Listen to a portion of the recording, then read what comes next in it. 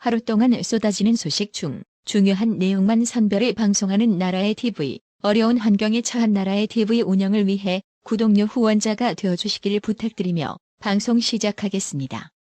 윤석열 대통령의 국정 지지율이 5개월 만에 40%를 넘어섰다는 여론조사 결과가 8일 나왔습니다. 여론조사 공정위 데일리한 의뢰로 지난 5일에서 6일 이틀간 전국 만 18세 이상 성인 남녀 1000명을 대상으로 조사한 결과 윤석열 대통령의 국정 수행에 대한 긍정평가는 41.5%, 부정평가는 56.7%로 집계됐습니다. 같은 조사에서 윤석열 대통령 지지율이 40% 이상을 기록한 것은 지난 7월 4일에서 5일에 실시한 조사 이후 5개월 만입니다. 11월 21일에서 22일에 실시한 직전 조사와 비교하면 긍정평가는 9.1%포인트 올랐고 부정평가는 9.7%포인트 내렸습니다. 이번 조사에서 윤석열 대통령 국정 수행 지지율은 전체 연령대에서 상승한 것으로 분석됐습니다. 또 지역별로는 41.6%를 기록한 부산, 울산, 경남에서 2.6%포인트 하락한 것을 제외한 전 지역에서 상승한 것으로 나타났습니다. 서효한 여론조사 공정 대표는 윤석열 대통령 지지율 상승과 관련해 최근 화물연대 파업 등에 대해 법과 원칙에 따른 대응을 고수한 것이 주요 원인으로 보인다며 특히 충청권과 20대, 60대 이상 지지층이 지지율 상승을 견인했다고 분석했습니다. 한편 윤석열 정부는 민주노총 화물연대 총파업과 관련 시멘트 분야에 이어 철강, 석유화학 분야까지 업무 개시 명령을 확대하기로 했습니다. 집단 운송 거부 사태가 장기화되며 산업의 출하 차질이 2조 6천억 원에 달하는 등 피해가 커지자 업무 복귀 의무를 추가로 발동했습니다. 정부는 발동 즉시 운송 현황 등 현장 조사에 착수하고 업무 개시 명령을 이행하지 않을 경우 운행정지와 자격정지 등 행정처분뿐 아니라 형사처벌 등 법과 원칙에 따라 책임을 묻겠다고 경고했습니다. 해당 소식에 다수의 네티즌들은 윤석열 정부 잘한다고 지지했는데요. 네티즌들은 이번엔 정말 법대로 처리하여 불법 파업 박살 내고 상급단체 민노총도 쓸어버려야 한다.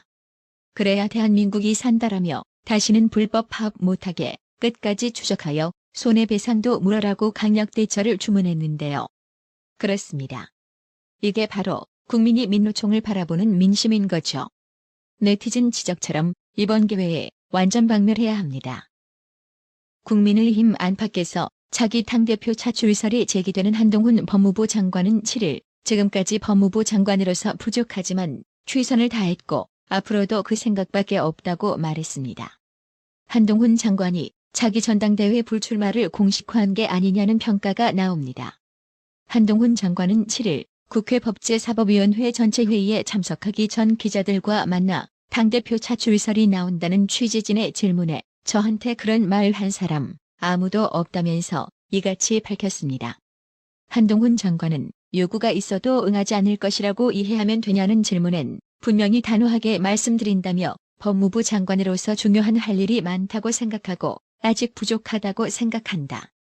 그렇기 때문에 장관 역할에 최선을 다할 것이라고 강조했는데요. 장관 역할에 최선을 다할 것이라는 한동훈 장관, 본인 손으로 대한민국 근간을 뒤흔든 문재인 좌익 정권 일당들 및 좌파 좀비 세력들을 쓸어버리겠다는 의지와 사명감으로 읽힙니다. 부디 그렇게 해주길 바랍니다. 지금 보시는 사진은 유튜브 매체 더탐사의 한동훈 법무부 장관 주거 침입 사건을 수사하는 경찰이 지난 7일 오후 3시 30분께 소방인력을 동원해 사무실 문을 강제로 열고 압수수색 영장을 집행하는 장면인데요. 이날 더탐사 측은 출입문을 안에서 잠근 채 스크럼을 짜고 사무실 진입을 막으면서 현장을 유튜브로 생중계했습니다. 긴급공지라며 SNS에 글을 올려 그동안 압수수색에 성실히 임해왔지만 언론 자유를 함부로 훼손하려는 정권의 압수수색에 더 이상 응할 수 없다고 주장했습니다. 이날 경찰의 압수수색 과정에서 유튜브와 SNS를 본 더탐사 후원자들이 사무실 앞으로 모여들면서 양측 대치 상황이 4시간 넘게 이어지기도 했는데요. 경찰은 더탐사 소속 일부 기자에 대해서도 압수수색 영장을 발부받아 강진구 더탐사 공동대표의 차량 블랙박스 등을 확보한 것으로 알려졌습니다. 갈수록 옅된 겁니다. 대한민국 법은 어느 누구도 무단 침입을 허용하지 않기 때문입니다. 해외로 도피했던 쌍방울그룹의 금고지기 김모 씨가 태국에서 체포됐습니다. TV조선 취재를 종합하면 해외 도피 중이던 쌍방울그룹 재경 총괄본부장 김모 씨가 최근 태국 모처에서 체포됐습니다. 쌍방울그룹 자금 찬반을 관리하는 금고지기 역할을 맡았던 김 씨는 대북 송금, 변호사비 대납 의혹의 핵심 인물로 지목되어 왔습니다. 김 씨는 지난 5월 수원지검 수사관이 검찰 수사 기밀을 쌍방울 측에 넘긴 지 나흘 만에 동남아시아로 출국한 것으로 알려졌습니다. 검찰은 김 씨 신병을 확보하기 위해 인터폴에 적색 수배를 요청하고 외교부를 통해 여권을 무효화했습니다. 태국 정부가 김 씨를 체포하면서 검찰은 국내 송환 절차에 돌입했습니다. 김 씨가 귀국해 입을 열면 김성태 전 쌍방울 회장 등 주요 인물의 해외 도피로 지지부진했던 쌍방울그룹 수사가 탄력을 받을 것이란 전망이 나옵니다. 그렇다면 이제 더더욱 코너에 처물린 이재명 이야기를 안 할 수 없겠죠? 진중권 교수는 7일 민주당 이재명이 취임 100일 기자회견을 진행하지 않은 것에 대해 대장동 저수지 해명 시나리오가 바닥났기 때문이라고 주장했습니다. 진중권 교수는 이날 방송된 시사저널TV 시사 끝장에 출연해 이재명이 최측근들이 줄줄이 구속됐는데 이재명이 나만 결백하다고 주장하기 어려운 상황이라며 이같이 말했습니다. 진중권 교수는 만약 측근들의 범죄 의혹이 일부라도 사실로 밝혀진다면 이재명으로서는 피해갈 방법이 없다며 유일하게 할 수 있는 해명은 나도 모르는 사이에 측근들이 사고를 친 것이라는 정도일 뿐이라고 했습니다. 그러면서 그러나 이게 말이 되나?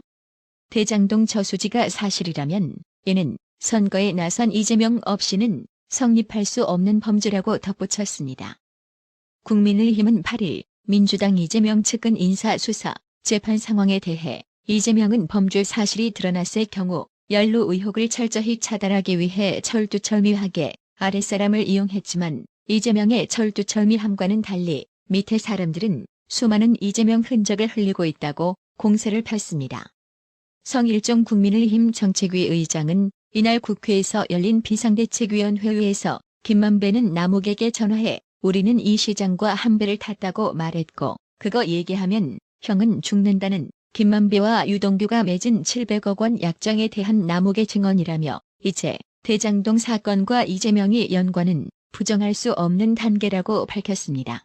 앞서 남욱 변호사는 지난 5일 공판에서 자신의 과거 그 사람, 즉 이재명은 씨알도 안 먹힌다고 말한 인터뷰에 대해 이재명은 공식적으로 씨알도 안 먹힌다며 밑에 사람이 다 한 것이라는 뜻이라고 주장했습니다. 남욱 변호사는 7일에는 이재명이 검찰이 연기 지도 발언에 대해서도 캐스팅한 분이 발언기를 지적해 송구스럽다고 비꼬듯 맞받았습니다. 성일종 정책위 의장은 이재명이 떳떳하다면 당당하게 수사를 받으면 될 일이라며 검찰 수사가 연출이니 창작이라며 위선을 떨고 있지만 이는 수사에 대한 두려움의 허세일 뿐이다. 본인이 설계하고 결제한 단군 일의 최대 이익 환수 사업인데 왜 검찰 수사를 두려워하나라고 반문했습니다. 나라의 TV는 구독료 후원으로만 운영 유지되고 있으니 구독자님들의 따뜻한 정성이 필요합니다. 항상 뉴스 전달 방식에 노력하는 나라의 TV가 되겠습니다. 구독 그리고 알람 설정, 뉴스 영상 내용이 좋았다면 좋아요를 클릭해주세요.